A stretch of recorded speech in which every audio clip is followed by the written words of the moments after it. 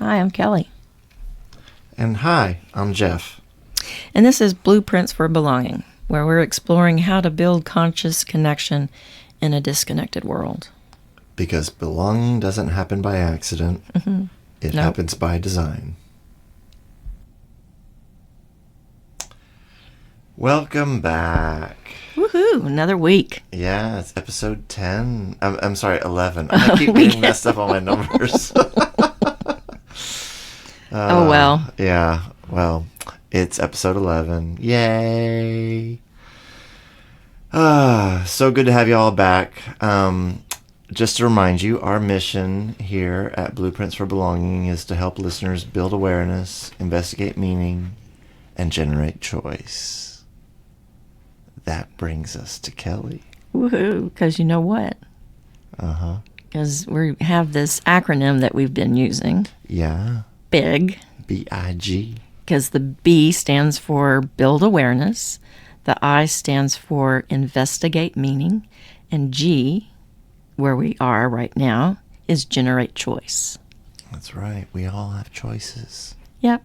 And to become aware of those stories we're living in and who's holding that pen. Mm-hmm. Yeah. So let me kind of define what I'm talking about, stories, if I can. Mm-hmm. You've got stories too, I know. Oh, well, don't we all? Yeah, we all do. And some of them are accurate and some of them aren't. Well, right. So stories and how we're talking about them is we kind of come to all of these types of stories. We kind of live them. They're not just something that we've written about but they're not necessarily a book or a movie. I mean, this is how we kind of explain who we are, because we have some stories and events that kind of get stitched together and they form our experiences. So some of these stories sound like I'm not a good person or you're a bad person. That's a story we might tell ourselves of who we are and what we are. So, you got any examples, you think? Yeah, I got a couple. Mm-hmm. So, when I was working at the city of Houston, there was a woman colleague of mine who I liked a lot, which mostly because I like a lot of women. Mm-hmm. And she was there early. She had her head down. She was getting ready for the day, and the boss walked past her desk, apparently said hi to her, which she did not hear. She didn't even acknowledge it. Well, he took personal offense. He thought that she was disrespecting him. And he didn't have the balls to say anything to her about it. His assistant director came and told her, "You need to apologize to him because you disrespected him." She didn't even know it. No, she didn't even know it. And rightly so. It was early. She hadn't had her coffee yet. Whatever, you know? I mean, just don't blow things out of proportion like that, first of all. But that's our story. Yeah, that is our story. Right. So she ended up leaving the company. Wow. Yeah, the city very Mm-hmm. shortly after that. She started looking for a job immediately, and she found one and she left. Because, rightly so, she said, "This is bullshit. I'm not doing this." And that is... the whole "I'm disrespected," it's a complete fabrication. And then I have another story, which is very different, actually. So this takes place in South Africa.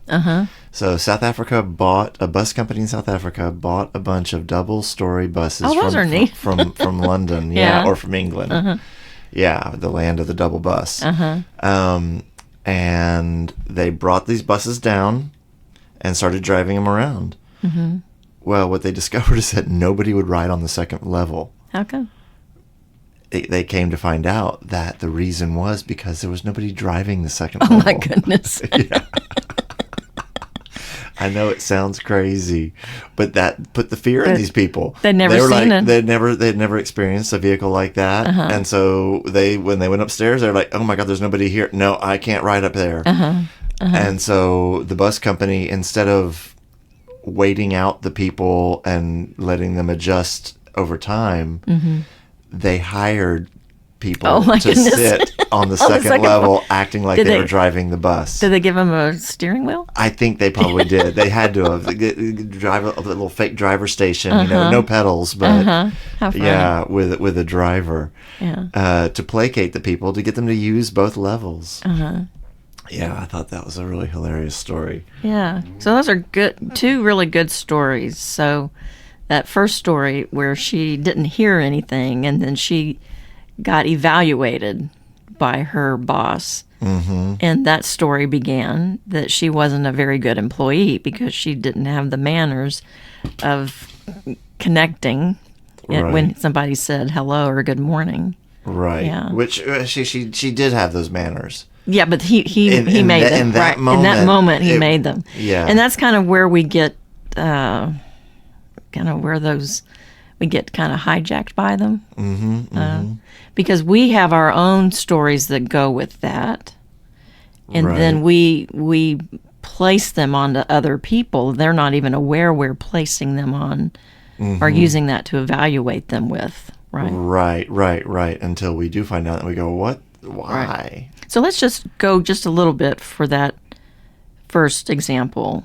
If the employer who had said, good morning, how are you, as he walked past, he was already in transit to another space in the building. He didn't stay to engage. Stand there and say, hey. What's going on for you? Right. So he didn't investigate either. Yeah. Yeah. But he was all ready to heap fault on somebody. Right. And that's kind of part of what we're talking about, because a part of our stories is to blame and shame other people who don't fall in line with what our belief system is. So in that observation, we want to know what happens. The evaluation is something different. The observation is he walked past her desk and said hello, and she did not respond. Correct. The evaluation is, I said hello to you, and you disrespected me by not telling me hi back. Right.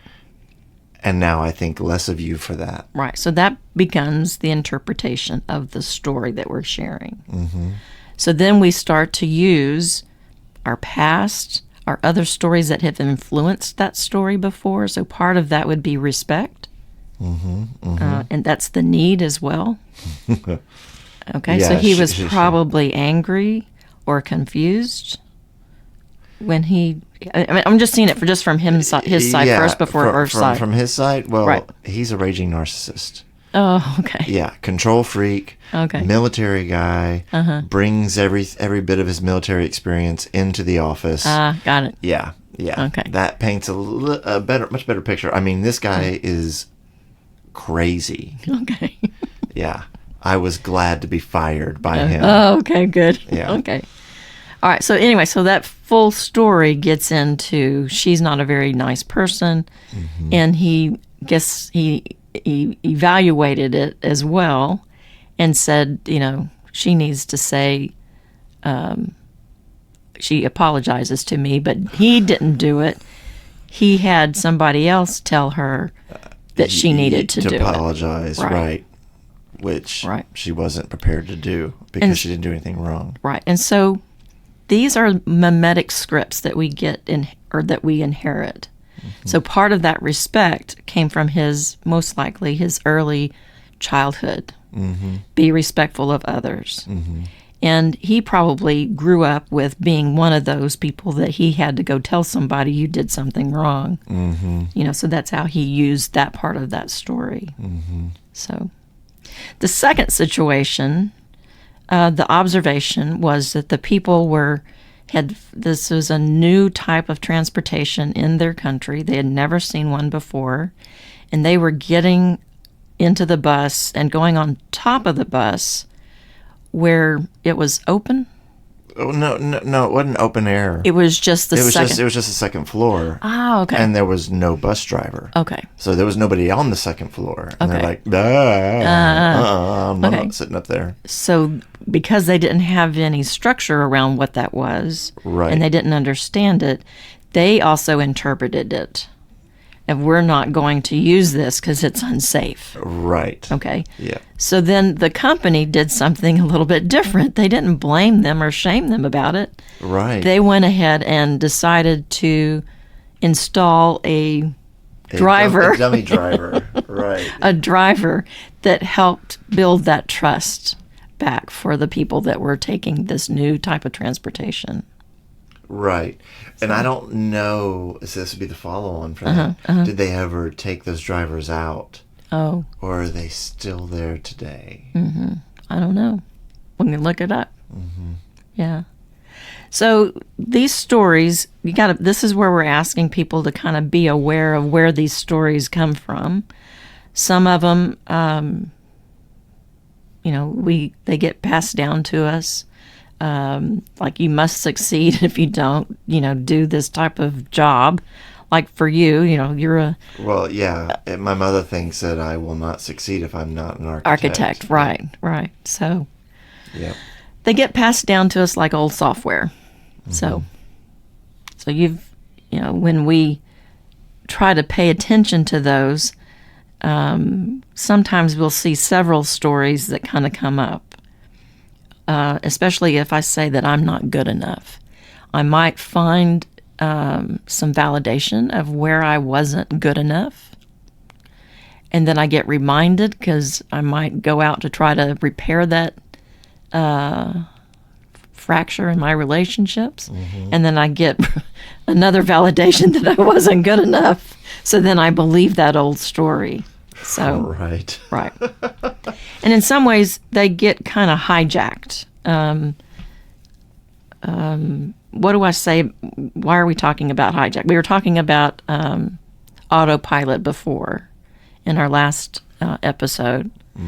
That sometimes we're not even aware that we're not even aware that we're following a story or that we're caught up in it. Or Right. that it's driving our actions. right. We are just until you are aware of it, you are unaware of it. Right. And so a hijack is a little bit different than that. It's a little bit of these, think about somebody hijacking a plane. They're taking over. In some ways, these old stories take over some consciousness, and we're not even aware that they're taking over some consciousness. So. Yeah. Darned hijackers. Hijackers, dadgummum. Well, any other types of examples you might have? I know I'm putting you on the spot. We didn't talk about those, but Yeah. getting hijacked, would you? Sometimes another way to get hijacked is somebody introduces a whole new direction in that story that I wasn't even prepared for. Right. Well, I can see that these things happen all the time. They do. And They're just I've had jobs where they're individuals that are shy and anxious, and people make an assumption. People make an assumption that they're being rude, and it's just like, well, no, they're just nervous and they're shy. Yeah, and that, God, that happens all the time. Extroverts versus introverts. It's a sad, So I think sad that's story. kind of part of what we were talking about, awareness before, that when we have this awareness about how people are, when we're not just paying attention to that, this is how it is, but if we start really understanding about how people are, how they can be like us or different, from us, right? In so many different ways. Yeah, and yeah, I think that's where you were going with that, right? Yeah. So sometimes we kind of I don't know, get distracted by the old the old software that we might have about how a person is supposed to behave and about how they're supposed to be. Oh, we get so stuck in our ways. Well, okay, I do have another story about that. Okay. So I've lived alone for many, many years, right? And now I have somebody living with me, and it's a dear friend of mine. It's not a love interest or anything, but you're together. We're living together for the first time ever, and I've known her for a very long time, but we've never actually lived together, and now we are. And this is in my house, so I've found, and she has been pointing out to me when I try to tell her how to do things. So back to our connection over correction and cherish over change, right? Right. Yeah, where I would, and it was my tone of voice and it was the way I was approaching whatever it was that I was going to ask about came with judgment. So obvious judgment. And it's in my face. She can read it. And I realize now, because this has happened a few times over the past week, and it happened just 2 nights ago for the last time, and I'm getting a much clearer picture of it, which is helpful for me to overcome this behavior. So it's not just the stories. There's the feelings that are coming up. Oh, absolutely. There's the beliefs that are kind of there, and the emotional tags that kind of get triggered. And oh, absolutely. No, she was upset because of the way this was making her feel when I would go at her like this. And I hated it when she would point it out to me because I felt like the little boy who could never do anything right. Right. And so it was bringing up really negative feelings in both of us. But because it's painful growth for me, it's like I'm seeing this behavior. I do not like it. Yeah. I don't want to be like this with her. Yeah. But I can't So stop it. did your story shift? Yes, my story did shift. Okay. So when you heard somebody else's viewpoint and you were able to recognize what the story was that was kind of going on for you, to be able to hear it from her perspective, that allowed you to grow. Right. Now, it took a few times for it to happen before I actually was able to make that growth spurt. But I feel like I am in a much better place now with that. Yeah. Wonderful. And I know she's not being mean about it, but I still feel like a little boy who got it wrong when she tells me what I've done wrong. And so good. So that's the memetic structure for you. I feel like a little boy when I get things wrong, because I'm sure those have happened to you before. Oh, hell yeah. Yeah. Yeah, and it's the disappointment. It's my own disappointment actually that drives it. I hate that I make her feel that way.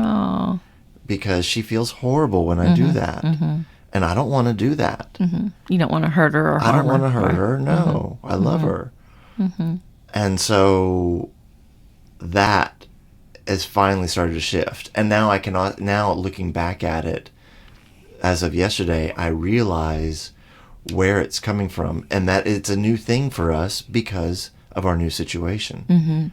This would not have happened at any other time unless she had moved into my house and started cooking in my kitchen and doing things not the way I do them. So just for me to actually say these things and to be like this. Yeah, just for curiosity, if you could rewrite that little story you have about I'm a bad boy, or what would it be? What would be the rewrite for that little story? Well, that would be, oh boy, I was unaware of my own behavior, but now I'm aware of it, and now I'm actually going to do something about it. So that moment really freed you. Yeah. To be able to have or reframe kind of how you have this relationship with your friend. Wonderful. Yeah. Wow. So sometimes when we put the edit into those stories, they can help us maintain our peace. They can help us avoid judgment about ourselves and about other people. But that part is also a practice as well, because you can't really do anything if you don't see it or understand it. So in some ways, what a gift you have. And you have a good friend that's helping you learn to kind of grow through this Right. to give you these real life examples. Yeah. You know? Well, and there have been plenty of examples Yeah, for but- me to let go of the way that I had become accustomed to doing Well, things. this is part of your shaping you. Yeah. Right? Okay, good. Because those weren't really working very well. And so now this is another way of thinking, and I can Well, value. they work fine when I'm on my own. Well, you can But you value put me with the other way. people, Yeah, you and can it value the changes. way. Well, we're spreading.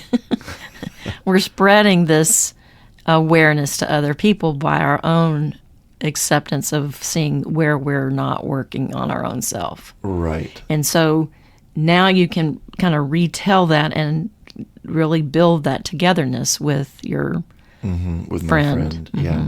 Despite whatever that tension might have come up. And now you know that the next time this ever shows up, oh, there it is. There it I is got another. again. Now I can remember what I've done before and I can do something different. And that's how we start to build more of this connection with others. We have to have that awareness. We have to see where it is and investigate. You did. You investigated that meaning, that what was behind it all. And then you're generating this choice. I really don't want to hurt her or harm her. I'm going to do something totally different. How beautiful. Yeah, isn't it though? I know. Absolutely. When you say it like that, it's like, oh yeah, oh, I feel so warm and fuzzy inside. Aw. Well, good. Yeah. Oh, good. Well, here we are, closer to the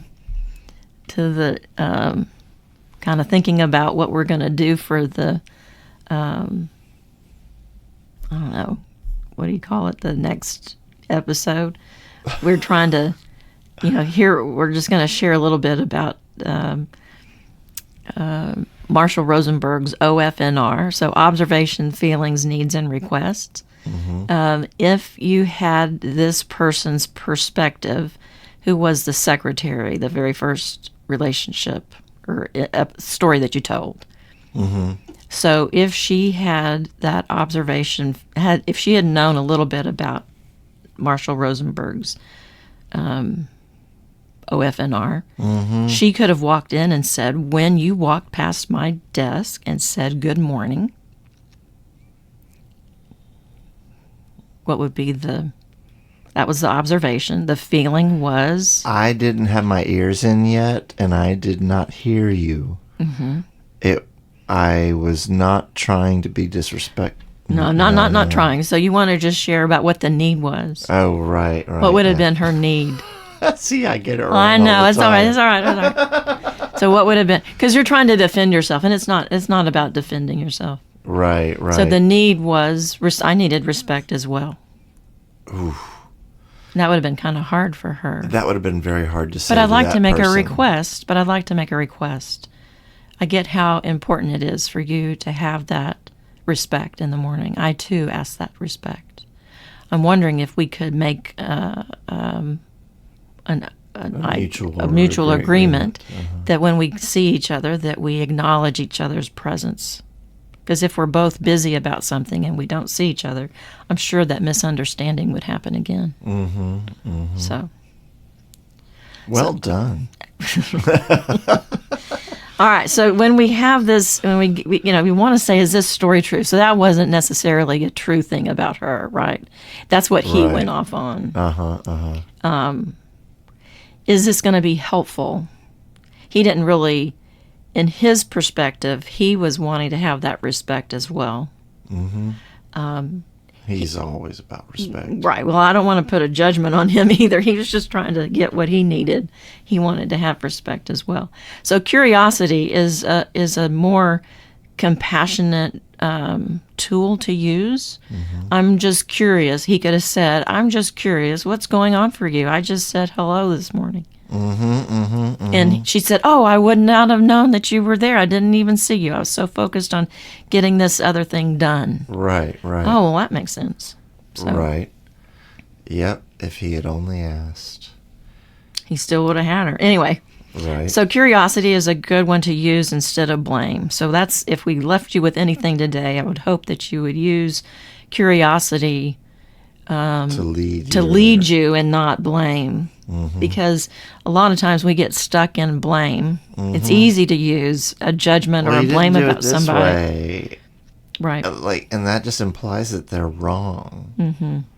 And anything that implies wrongness, whereas pure curiosity is just, you're just asking about it. I'm not trying to judge it or... Right. Which... But just to let you know, we're more than likely you're going to get triggered. But this awareness, this building awareness, is noticing that you have been triggered by something. Right. And do I respond or do I react? If I'm reacting, I'm more than likely going to continue that disconnection with that person. So he reacted. And I'm going to guess she also reacted just by leaving. Well, she did. Right. Because she didn't want to be in that either. There was no response. Right. Because she wasn't happy to make the response that was being required of her. And as for you, with your roommate, you responded, not reacted. Yes, I responded. I responded by telling her that I could see it clearly now, what I was doing, and I was sorry, and that I was endeavoring to change this about my interaction. So in that moment that you responded, how did you feel? Well, I felt good about the choice I was making. Yeah, absolutely. I mean, it's the right choice. It's not going to be easy, but so much of life. Do you isn't. think you felt more connected with that person? Oh, absolutely. Okay. No, our connection gets even deeper every time we have a rift and it gets so healed. In some ways, that connection says, I see you. I hear you. I understand. Yeah. I see what you're telling me. I get it. Yeah. And that is huge, y'all. I cannot stress that enough. All right, good. So in our big growth, we want to just kind of recognize kind of the stories that we're living in. That's kind of part of what this choice here is. And how do we use this time to kind of look at the stories we're using in our life, becoming aware of them, especially if you have a repeated story that gets repeated and repeated and repeated over and over and over. That's a good one to kind of pay attention to because it's giving you that story. So generating choice here means that I can realize I can change the story, not by denying what's happened in the past, but by kind of like rewriting it like you did with your friend by choosing to just be there with her and hear what was going on for her. So anyway, so where do we go from here? Well, I think that might be it. We're close. Yeah. We're close. Yep. Our reflection for this week is to kind of look at what story am I living in. Yeah. Do I want to keep telling it this way? Yeah. Who taught me this story? Is it still serving me? Yeah. Does it still make sense to me? So, in the past, we've encouraged people to do reflective writing, to kind of use a journal, or you can even talk it into your phone or whatever you want to use, but just some sort of a way to kind of pay attention you can talk to somebody else. Oh, yeah. Yeah, talk to a friend, talk to a therapist, talk to anyone. Anybody. To your sibling if they haven't a sympathetic ear. Oh, my goodness. Right. Not every sibling will work. No, not every sibling will work. You might have to use a good friend. Yeah. You might have to use a good friend if that's all you got. Yeah. Well, So anyway, next week we're going to be talking about what? Next week is about Qantas Flight 32. I know. It's a good story. Yeah. It's a good story. Yeah, it's going to be fascinating. Yep. So join us next week. And in the meantime, if you could give us a like or a follow and pass it along to everybody, just come hang out with us.